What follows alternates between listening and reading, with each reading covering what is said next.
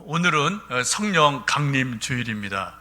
우리 교회에 중요한 세 가지 절기가 있는데 예수님 탄생하신 성탄절, 크리스마스가 있습니다.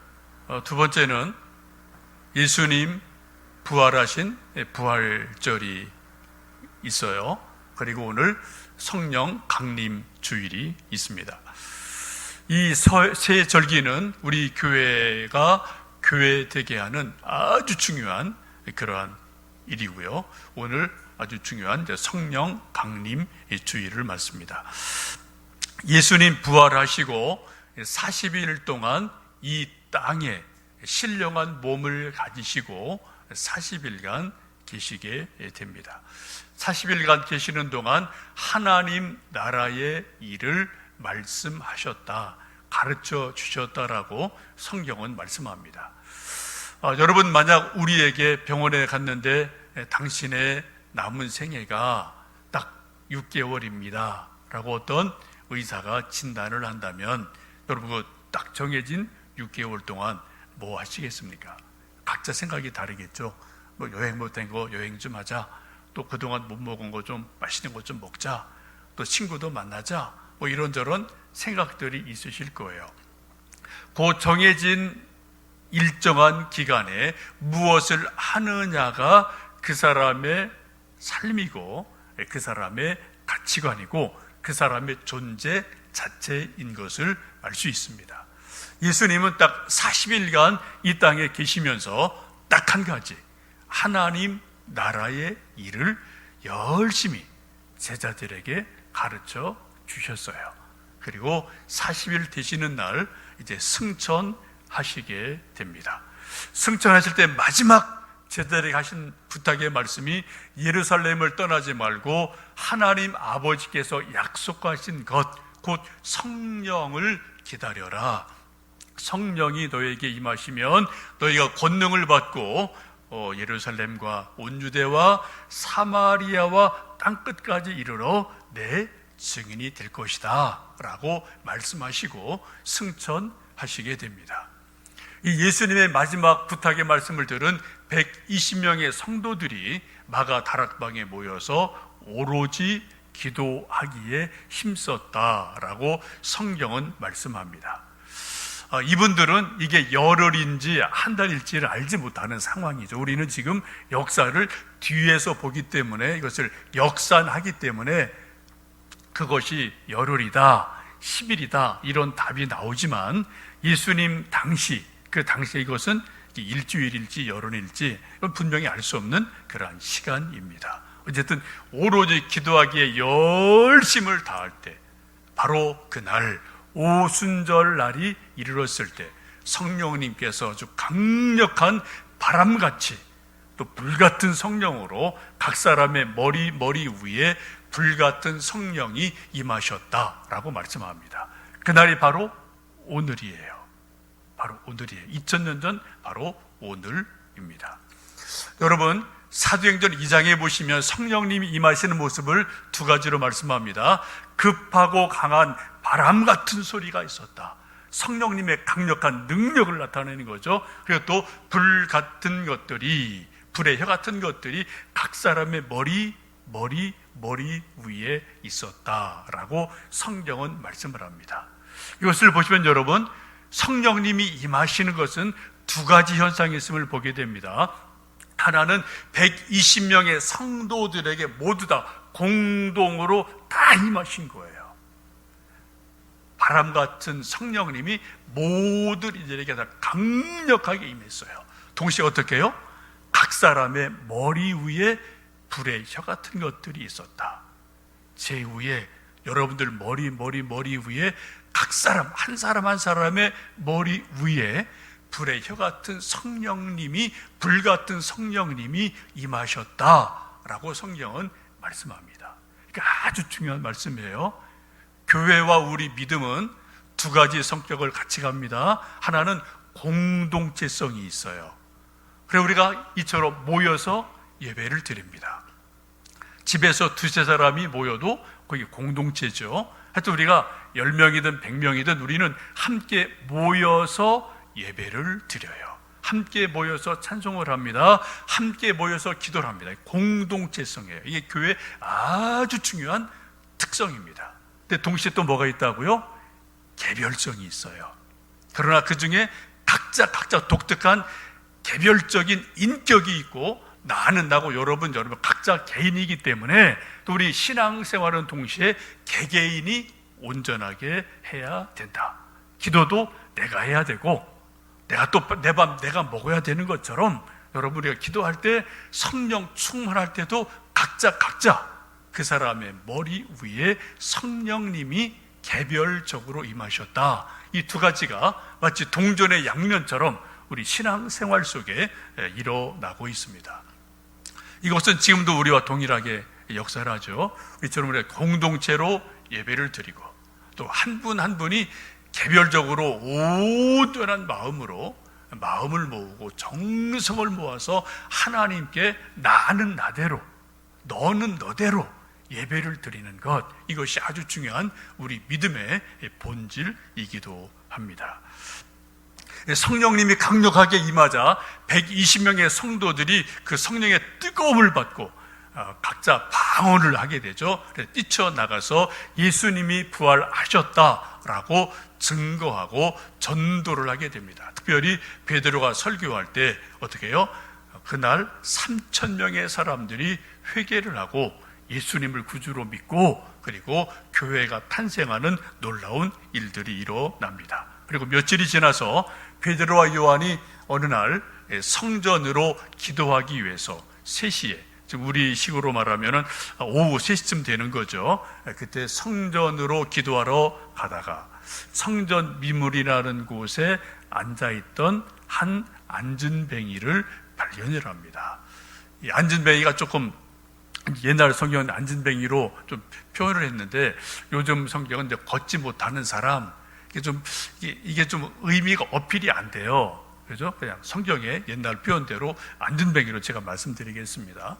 하여튼 날 때부터 이 사람은 안진뱅이였어요. 평생 걸어본 일이 없어요. 구걸을 하고 있습니다. 베드로 요한이 걸어갈 때 구걸하기 위해서 좀 도와주십시오 라고 말할 때, 베드로와 요한이 그 사람을 주목하여 보고 담대하게 말씀하죠.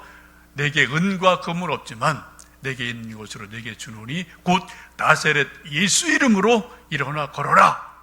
그리고 손을 잡고 일으킬 때 그 사람이 일어나 걷는 놀라운 기적이 일어나게 됩니다. 이 40년 만에 처음 걸어본 사람이 베드로 요한에게 너무 고마움이 있어서 그들을 붙들어요. 그리고 함께 성전에 들어가서 찬송하고 기도하고 예배를 드리고, 또 이제 사람들이 막 몰려오니까 베드로와 요한과 이 안진뱅이였다 일어난 사람이 사람들과 밀려서 쭉 솔로몬 행각이라는 곳으로 가게 됩니다. 한번 사진을 좀 보여드리겠습니다. 여러분, 저 사진은 예수님 당시에 있던 헤롯 성전의 모습입니다.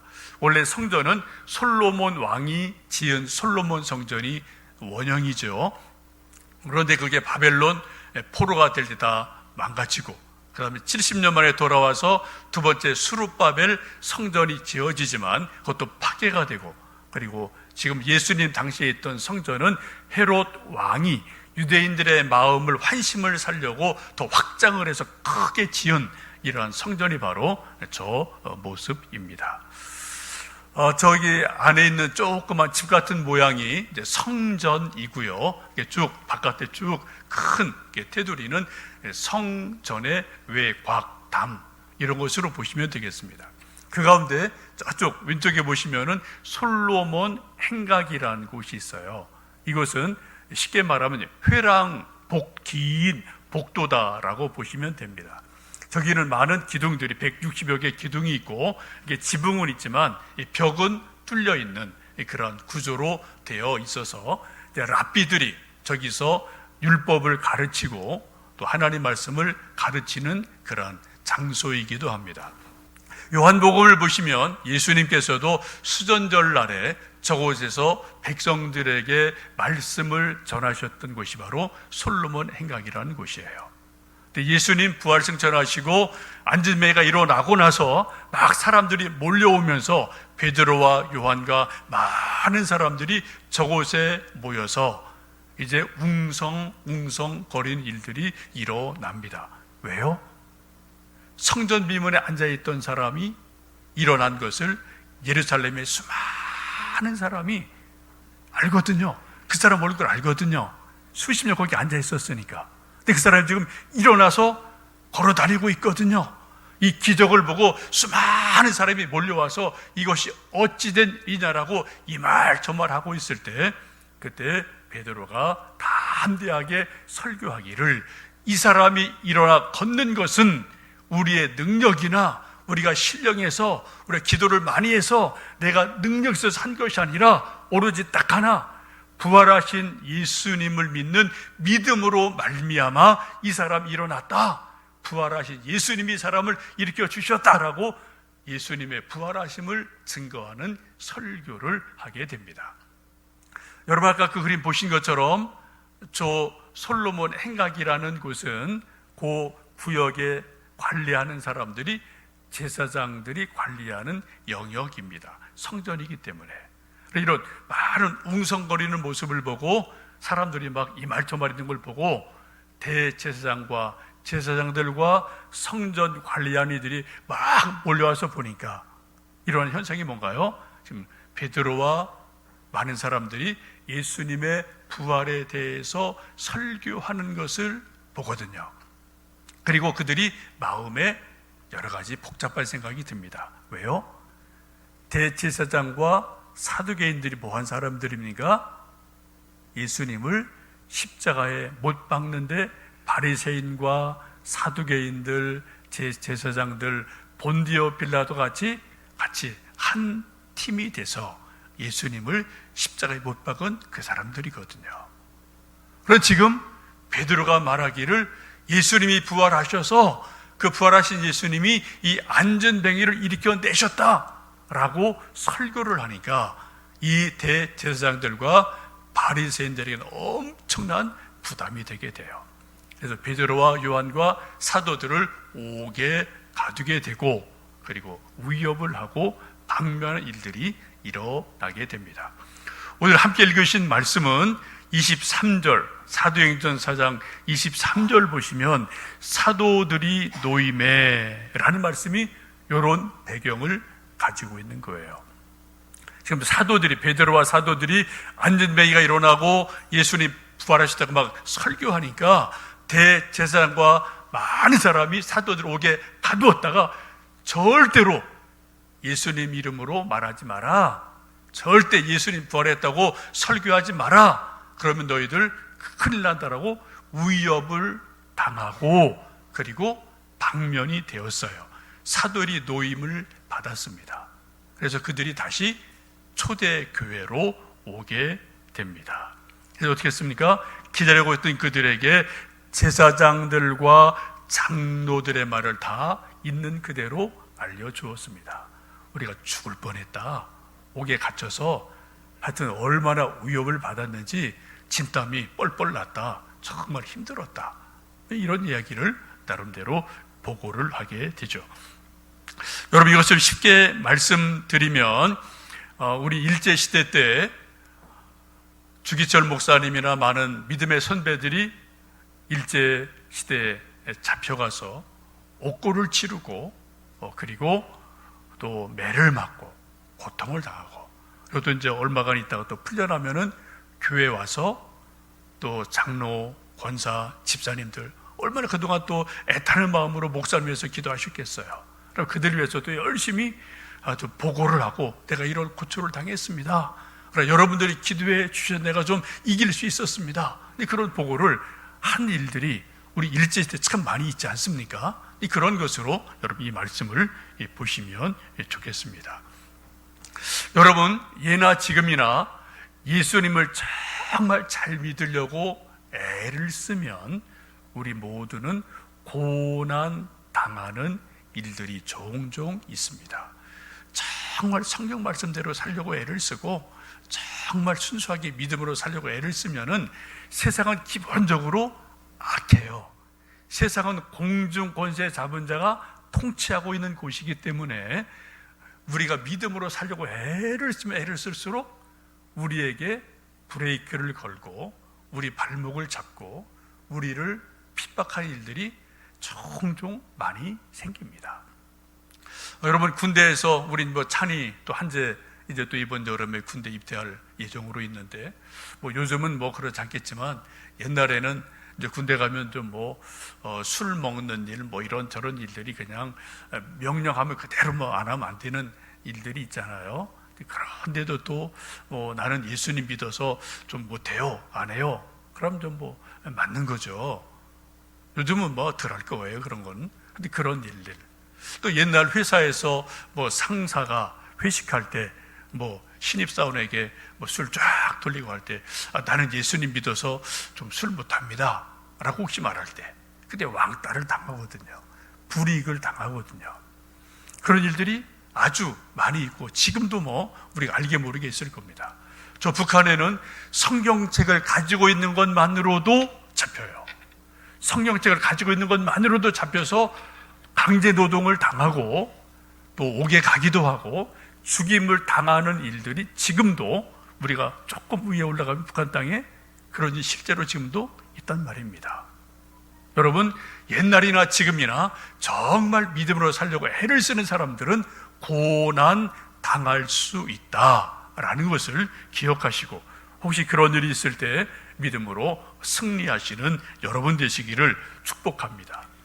끝까지 그것을 믿음으로 이겨내고 그것을 또 주님의 이름으로 승리하게 되면 또 하나님이 더 좋은 것으로 갚아 주실 줄로 믿습니다. 여러분, 예수님을 잘 믿음으로 고난 당하고 핍박 당하는 것은 감사하고 즐거운 일이에요. 그런데 예수님을 잘못 믿고 잘못 훈련을 받으면서 억지 춘향이 되는 일들이 종종 우리에게도 있습니다. 좀 안타까운 일인데 서울의 전농동에 꽤 큰 교회 있습니다. 그건 주로 청년들이 많이 모이는 교회예요. 한 2,000여 명 되는 교회고 저도 옛날부터 좀 매스컴에 좀 떠서 가끔 들어가 설교도 들어보고 정말 교회가 좋은 교회구나. 목사님도 저보다 훨씬 잘생겼더라고요. 미남이에요. 설교도 잘해요. 그래서 하여튼 또 훌륭한 목사가 있구나. 우리 교단은 아닙니다. 다른 교단인데 정상적인 교단이에요. 근데 이렇게 가끔 이제 그런 것을 이제 제가 본 적이 있는데 언제부터인지 매스컴에 자꾸 이런저런 소문들이 들렸어요. 이게 뭐냐? 소위 신앙 훈련을 하기 위해서 고린도후서 6장 말씀을 훈련한다는 그러한 이름 아래 수많은 성도들에게 전도 훈련할 때 전도를 그렇게 해요. 이태원 가서 거기 동성애들 다니는 그런 술집들 있잖아요. 거기 이제 둘씩 하나씩 보내서 그쪽 애들에게 술집에 들어가서 예수님 복음을 전하는 거예요. 좋죠. 한 번 정도 하는 건 그건 정말 용기 있고 훌륭한 거예요.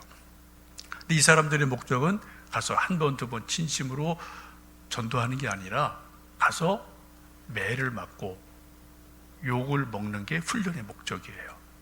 그걸 견뎌내야 된다.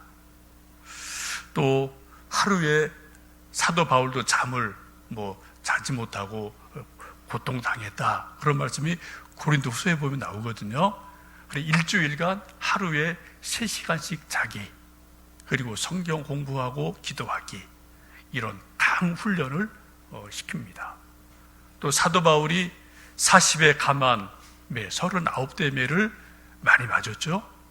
이것도 우리가 한번 사도 바울처럼 강하게 훈련을 받아야 된다. 그래서 조장이, 팀장이 자기 조원들을 묶어놓고 그리고 서로 39대 때를 때리며 견디는 게 그게 믿음의 훈련이고 순종 훈련이에요. 심지어 구더기를 먹고 그것을 찍어서 보고하고 순장이 리더가 말한 것을 절대 순종하는 게 그게 믿음이다. 이런 식으로 몰아가는 그런 일들이 언제부턴지 이것이 외부로 노출이 되는 그런 일들이 있었습니다. 참 안타까워요. 저는 누군지 모릅니다. 그러나 이게 성경 말씀에 대한 적용이 잘못되면 억지 춘향이 돼버려요. 억지 춘향이 돼요. 근데 거기서 그게 아주 좋은 거예요. 그리고 잘하는 사람 믿음이 좋은 사람으로 인정이 되는 거예요. 그리고 그런 사람이 리더가 돼요. 그리고 또 뭔가 하나님의 일을 잘한다라고 서로 여겨주고 믿어주는 그러한 이상한 풍토가 아주 일부분이지만 이런 그런 교회가 있습니다. 그런 것을 보고 참 저도 안타깝고 이렇게 저렇게 됐을까라는 그런 답답함과 안타까움이 있기도 합니다. 제가 옛날 있던 교회 장로님, 권사님 딸 둘이 있습니다. 지금 딸 둘 다 피지섬에 가 있습니다. 저도 전해 들은 얘기예요. 신옥수 여자 목사 있죠. 어떻게 저도 그 과정은 모르고 저도 이제 떠난 지 오래됐으니까 전에 들은 이야기인데 하여튼 제가 잘 아는 자매들이죠. 두 자매 지금 피지섬에 가서 있어요. 여러분, 어느 누구도 지금 이 세상이 아주 악한 세상이어서 하나님 말씀대로 성경대로 건강한 믿음 생활을 한다는 것이 그렇게 쉽지 않은 시대를 우리 모두는 지금 살아가고 있습니다. 여러분, 지금 베드로와 사도들이 예수님의 부활하심을 설교하고 선포하다가 지금 위협을 당하고 매를 맞고 그리고 위협을 당하고 풀려나서 지금 교회에 돌아와서 성도들에게 우리가 이러이러한 고난을 당했습니다 라고 보고를 하게 됩니다. 그때 이 말을 들은 성도들이 어떻게 합니까? 우리 24절 말씀 같이 읽습니다. 시작. 그들이 듣고 한 마음으로 하나님께 소리를 높여 이르되 대주제여 천지와 바다와 그 가운데 만물을 지으신 이시여 라고 말씀합니다. 그 성도들이 그 말을 다 듣고 어떻게 했다고요? 한 마음으로 하나님께 소리 높여 기도를 했어요. 대주제이신 하나님 아버지라고 온 교인이 통성으로 기도를 했다라고 말씀을 합니다. 기도의 내용을 크게 보면 세 가지입니다. 하나님 말씀을 붙들고 기도합니다. 25절 말씀부터 보시면은 또 주의 종 우리 조상 다윗의 입을 통해서 성령으로 말씀하시기를 어찌하여 열방이 분노하며 족속들이 허사를 경영하는고 라고 말하며 하나님의 말씀을 붙들고 기도를 해요. 하나님 아버지라고 부르짖고 기도를 합니다. 두 번은 27절 보시면은 과연 헤롯과 본디오 빌라도가 이방인들과 합세해서 우리 예수님을 십자가에 죽였습니다 라고 예수님의 십자가의 죽으심이 이제 이루어진 것을 기억하며 기도를 하고 있습니다. 세 번째 중요한 것은 29절 말씀 같이 28절, 29절 말씀 읽어보십니다. 29절입니다. 주여 이제도 그들의 위협함을 굽어 보시옵고 또 종들로 하여금 담대히 하나님의 말씀을 전하게 하여 주시오며. 지금 어떤 상황입니까? 대제사장과 많은 사람들이 사도들 오게 가지고 위협하는 상황이거든요. 하나님 앞에 기도하기를 주님 이제도 그들의 위협함을 굽어 보시옵소서, 우리를 굽어 살펴 주십시오 라고 기도해요. 현재 떨어진 발등에 뜨거운 불을 기도하고 있는 거죠. 여기 굽어 보시옵고 라는 말씀을 옛날 개역 성경은 우리를 하감하시옵고 라고 번역을 했습니다. 저는 개인적으로 하감하시옵고, 이게 한자어지만 이게 더 좀 어필이 되고 느낌이 좋아요. 하늘 높은 곳에 계신 하나님이 이 땅에 있는 인간을 어떻게 해요? 하감하신다, 내려다 보신다 이거예요. 굽어 보시고 살펴보신다 라고 말씀합니다. 우리가 기도할 때 가장 좋은 자세 중에 하나가 뭡니까? 하나님, 하늘 높은 보좌에서 이 낮고 천한 나를, 지금 고통당하는 나를, 이 무능한 나를 하감해 주시옵소서. 나를 좀 내려다 봐 주세요. 주님 긍휼의 눈으로 나를 좀 내려다 봐 주세요. 이게 우리의 기도하는 자세인 줄 압니다. 기도는 두 가지로 이루어지죠. 하나님은 하늘 높은 곳에 우리를 하감하십니다. 내려다 보셔요. 불쌍한 눈으로 사랑의 우리를 지금도 바라보고 계셔요. 그리고 우리 하나님 앞에 뜨거운 마음으로 믿음으로 기도합니다. 또 기도가 어떻게 됩니까? 기도가 상달돼요. 그러죠? 기도는 양방향이에요. 하나님은 우리를 내려다 보시고 위로하시고 불쌍히 여기셔요.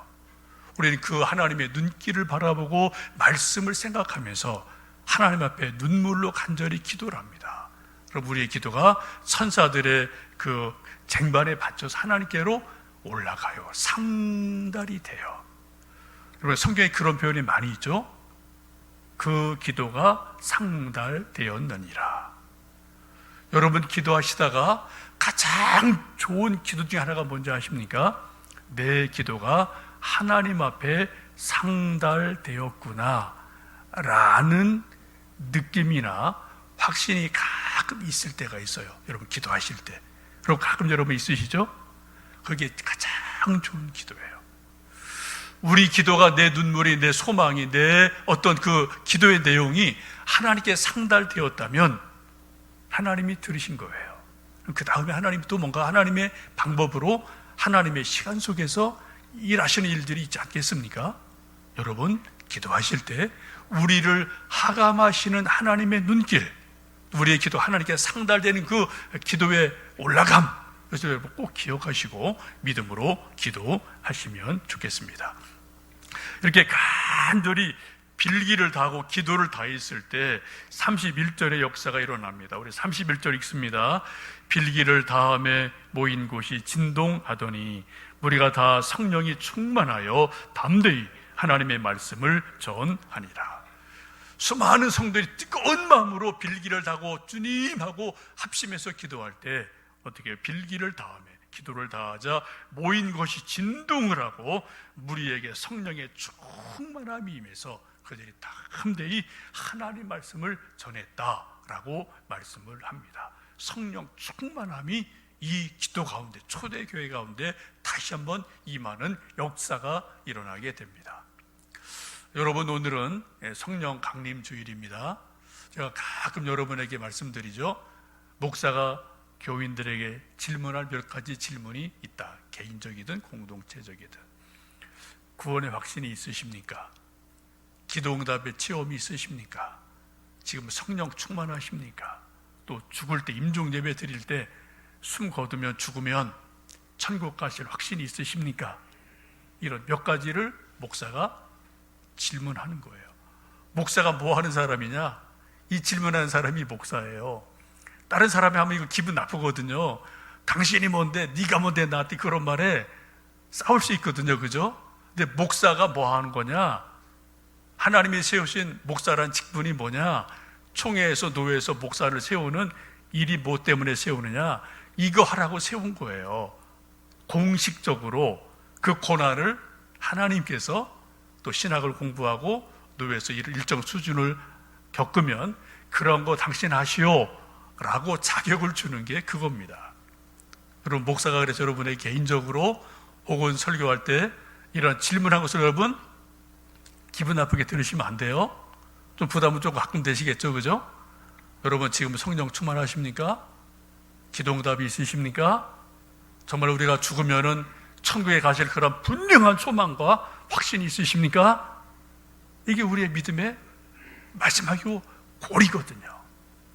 지금 빌기를 다 하자, 기도하기를 다 하자, 그래서 성령이 충만해서 그들이 또 하나님의 능력으로 전도했다라고 말씀하고 있습니다. 여러분 성령 충만하십니까? 성령 충만을 원하십니까? 성령 충만하시려면 적어도 네 가지를 꼭 기억하셔야 돼요. 첫 번째는 하나님의 말씀, 하나님의 약속을 믿으셔야 됩니다. 말세가 되면 청년, 노인, 어린아이 모든 사람에게 성령을 부어주실 거다. 하나님의 약속이에요. 두 번째는 그 약속을 믿고 나도 성령 충만하고 싶다라는 갈망이 있으셔야 돼요. 여러분, 갈망이 없으면 그 다음 일이 진행이 안 됩니다. 마치 갈망이라는 것은 식욕과 같은 거예요. 아무리 우리 앞에 진수성찬이 있어도 먹고 싶은 갈망이 없으면은, 식욕이 없으면은 먹을 수가 없어요. 먹히지를 않습니다. 그래서 정말 내가 영적으로 갈망이 있어서 성령 충만하고 싶다, 갈망이 있느냐고죠. 갈망은 마치 스폰지와 같아서 스폰지가 마르면 마를수록 물을 쫙쫙 빨아들입니다. 근데 물이 흥건히 젖어 있는 스폰지는 갈망이 없는 거예요. 이미 꽉 차 있어요. 들어갈 게 없어요. 그러나 아주 마른 그러한 스폰지는 물을 쭉쭉 빨아들이지 않습니까? 여러분, 성령 충만하기를 갈망하십니까? 그런 영혼이 되시기를 축복합니다. 갈망이 있는 사람들은 세 번째로 뭐가 돼요? 갈망이 있기 때문에 기도가 되는 거예요. 기도가 돼도 그냥 기도가 아니라 어떻게 해요? 정말 갈망하는 기도, 뜨거운 기도. 오늘 본문에 있는 것처럼 뜨거운 마음으로 기도하는 그런 기도들이 우리 속에서 일어나게 됩니다. 소리를 내든 내지 않든, 둘이 하든 열이 하든 혼자 하든 어쨌든 뜨거운 마음으로 성령 충만함을 위해서 기도하게 된다는 겁니다. 하나님의 말씀을 믿고 갈망하는 마음으로 기도를 뜨겁게 하면, 진심으로 하면은 어느 날 어느 순간에게 우리에게 분명히 성령님이 임하셔요. 이건 하나님의 약속이고 이거는 확실한 사건입니다. 성령 충만함이 우리에게 임하는데 그 성령의 충만함이 임하는 현상들은 아주 다양합니다. 어떤 사람은 방언할 때가 있어요. 어떤 사람은 마음에 감동이 일어납니다. 하나님 사랑하고 싶은 또 뜨거운 순결한 마음이 일어날 때가 있어요. 그렇게 이해 안 되고 믿어지지 않던 성경이 이해가 되고 믿어져요. 또 어떤 사람, 그렇게 믿던 사람이 사랑스러운 존재로 보여져요. 그리고 그렇게 강박하던 마음이 부드러워지고 회개할 마음이 생겨집니다. 평소에 이게 죄인지 몰랐는데 성령 충만하면은 이게 죄구나 라는 것이 분명하게 느껴져서 양심이 막 아파요. 그래서 회개하지 않을 수가 없어요. 그래서 눈물로 회개하는 역사들이 일어나게 됩니다.